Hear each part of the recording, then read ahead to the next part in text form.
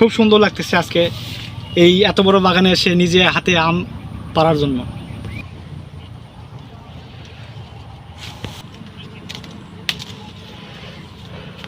দেখা যায় না। এই 3টে আম সর্বনিম্ন হলো 3 কেজি ওজন হবে। জাতের আম দেখেন কত বড় আম।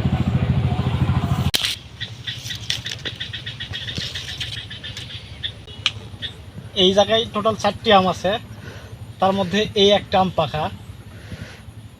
এই যে হাত দিতে না দিতে আমটা খুলে পড়লো হাতে, আপনারা দেখতে পাচ্ছেন।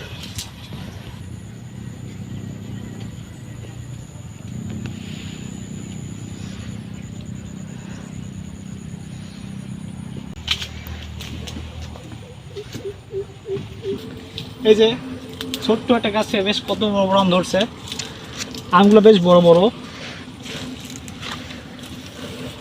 আমাকে ভিডিও ধরছিলে, একটা পাকা আম পড়ে আছে এই জায়গায়। এই আমগুলা যখন পড়ে থাকে কেউ এই আমগুলো ছুঁয়েও দেখে না, কেউ খায়ও না আম।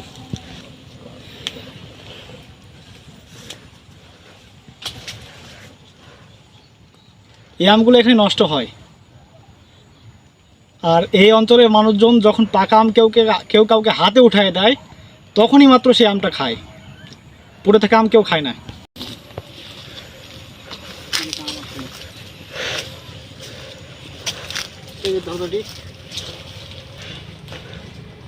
অসংখ্য আম এই গাছে। বলা যায় যে এই গাছের যতটুকু ওজন নয় তার চেয়ে বেশি ওজনের আম নিয়ে আছে এই গাছটি। এই যে দেখেন কত বড় আম। এই যে এখানে অনেকগুলো আম আছে, তার মধ্যে এই একটা আম পাকা। এই যে দেখেন আমি এখন পাকা আম ছিঁড়তেছি। এই যে কত সুন্দর পাকা দেখছেন, যদিও এর মধ্যে খুব গরম।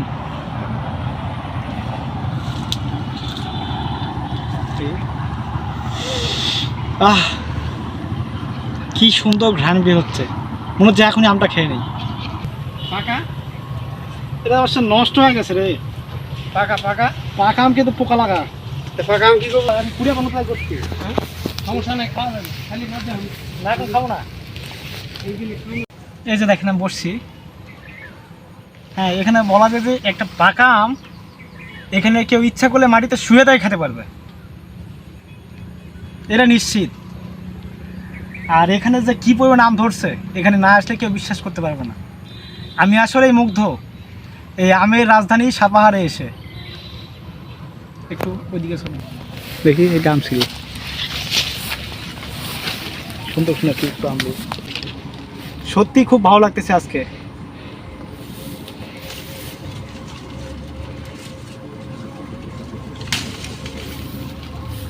এই যে 2 হাতে কতগুলো আম। বলা যায় যে সত্যিই আল্লাহর অসংখ্য নিয়ামত আছে এর মধ্যে, তা না হলে এই ছোট ছোট গাছে, এই যে ছোট ছোট গাছ, এই গাছে এত আম কেমনি আসবে।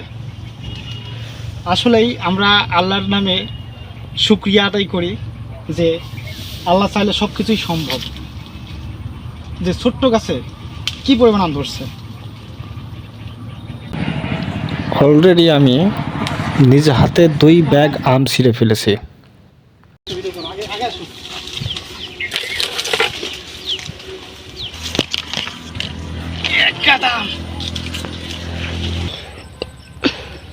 এই যে একটা রূপালী আম,